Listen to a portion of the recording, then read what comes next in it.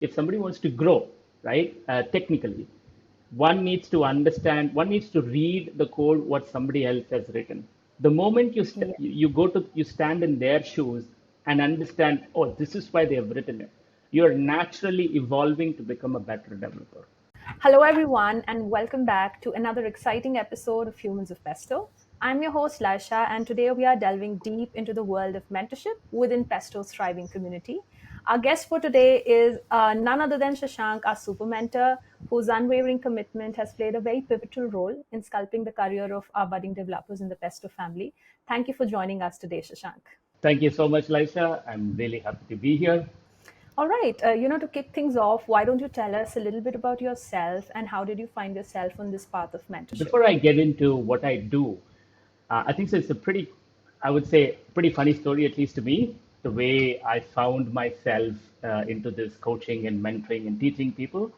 Um, so it goes back when I was in my college final semester in one of the computer science classes where I wasn't really paying attention because the teacher was just reciting out of the book, and I just didn't feel that it was very interesting for me. I'm still very close with that teacher. Okay, so no bad blood here. Then he understood the fact that I wasn't interested, so he pointed me out and he said, "What's wrong?" Then I said, "I don't understand, and it's not interesting."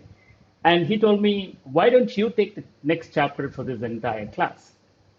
Then I took it as a challenge and I said, yeah, sure, why not? The next three chapters, I took it for my entire class. And that's when I knew that I didn't have that much stage fear. I was able to articulate things in a way where I could, if I understood something, I can articulate it in a much better way. So I think so that is where I understood that I could, learn something and also spread that information to people without, confusing them. Um, I did get placed in the company, and then there was about 4 months of gap before I could join that company. And during that time, I was thinking, what do I do? So, from a mutual friend of mine, I came to know that we could actually go to colleges and take sessions on several things. Like, I was preparing for bank exams as well because that was the thing back then. So, I was preparing on quantitative aptitudes, and I was pretty decent at it. I was pretty good at it. And there was an option given to me where I could go to colleges. I had just passed out, right? And I was going to colleges and taking classes on quantitative aptitude for the final year students.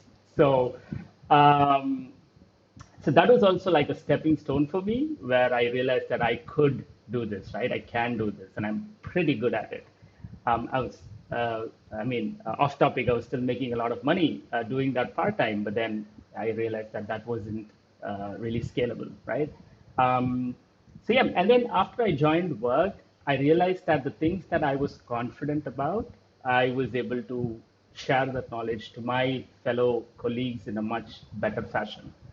Um, and the one thing that I've always kept in mind during this tenure of my career is that I try to be that senior whom I've always longed for when I was growing up. Like there were so many instances where I wanted somebody to teach me stuff, to help me with the problem that I'm facing, right?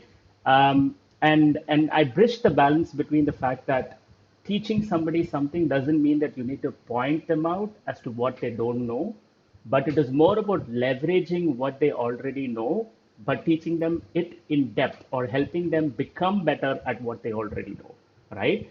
And that way, I was able to find myself here, and I didn't really do any mentorship before Pesto, but I felt that this when this opportunity came to me, it was more like a luck, and for me, luck is nothing but hard work plus opportunity, and I was working really hard, and I did find this opportunity, and I'm really liking what I'm doing right now. So that's the reason why I've been a Pesto mentor for over 2.5 years now. And I just really love teaching students, teaching junior developers, and I feel it's a two-way street where I not just help them understand or tell them something new that they don't know, but at the same point in time, I'm also learning in turn. So I wanted to understand that since you've joined Pesto, what has your experience been of being a mentor and working with developers, guiding them all along the way? The one thing that I look for when it comes to mentorship is that I look for commitment.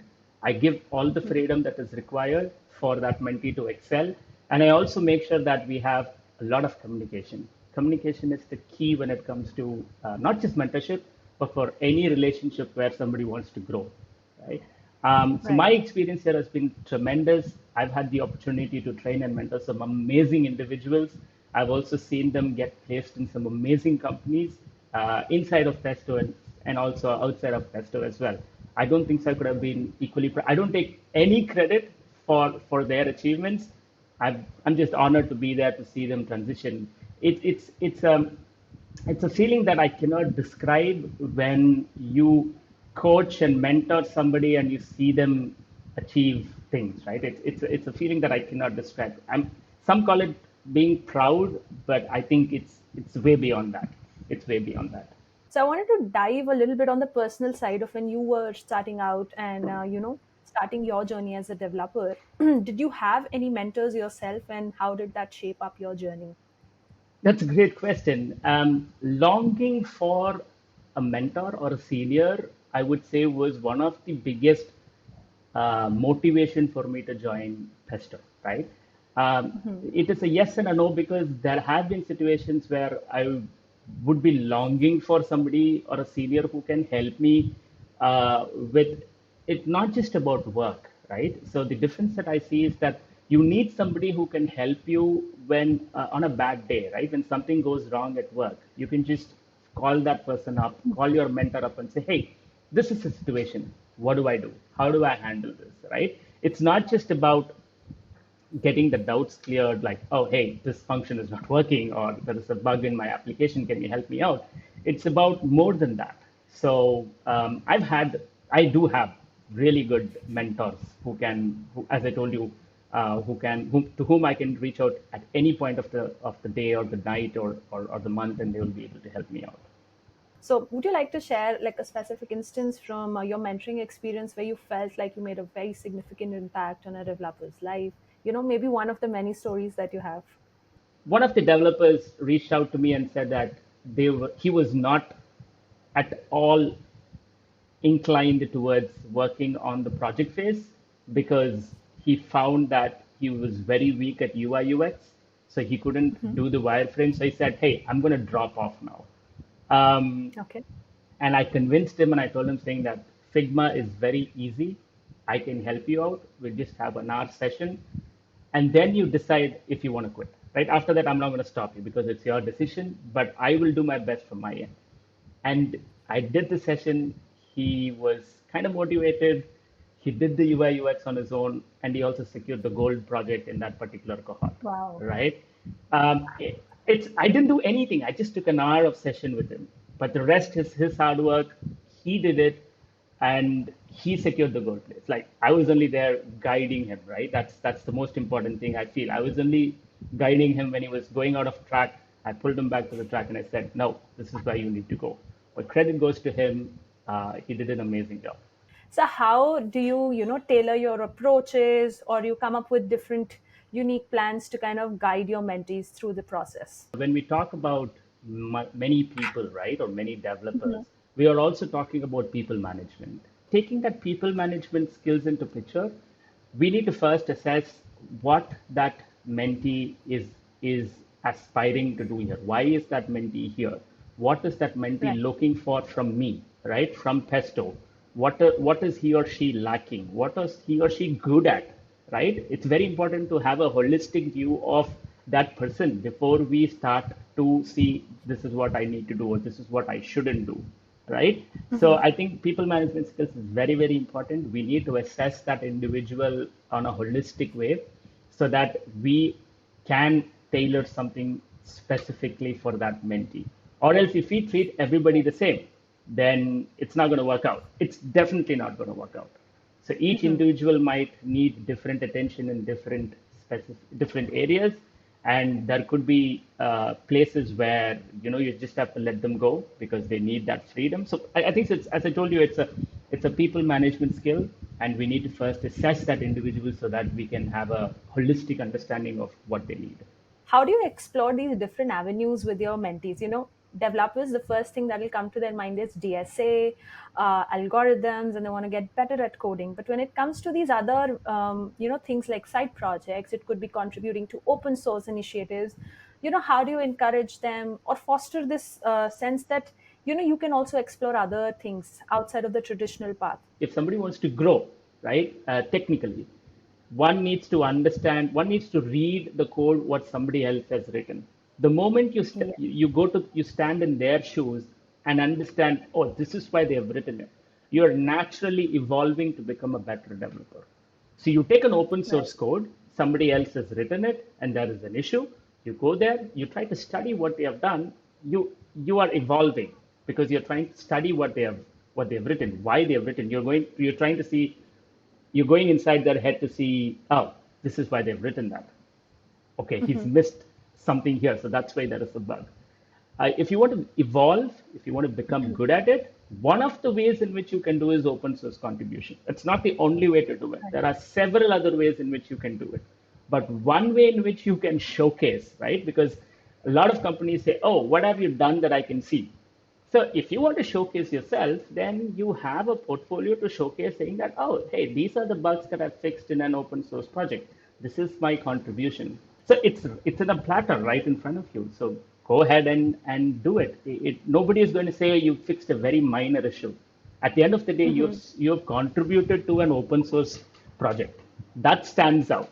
It doesn't matter whether it is small, big, medium, nobody cares. One of the most easiest and practical way of showing and improving and evolving would be reading other people's code, fixing issues, or just contributing to making that code better. A lot of people think that your mentor is going to do everything for you. So, wanted to understand what are some of the common myths or misconceptions that you've encountered personally, and how would you debunk them for developers? I love this question because the first group meeting that I have with my team, I set expectations first, right?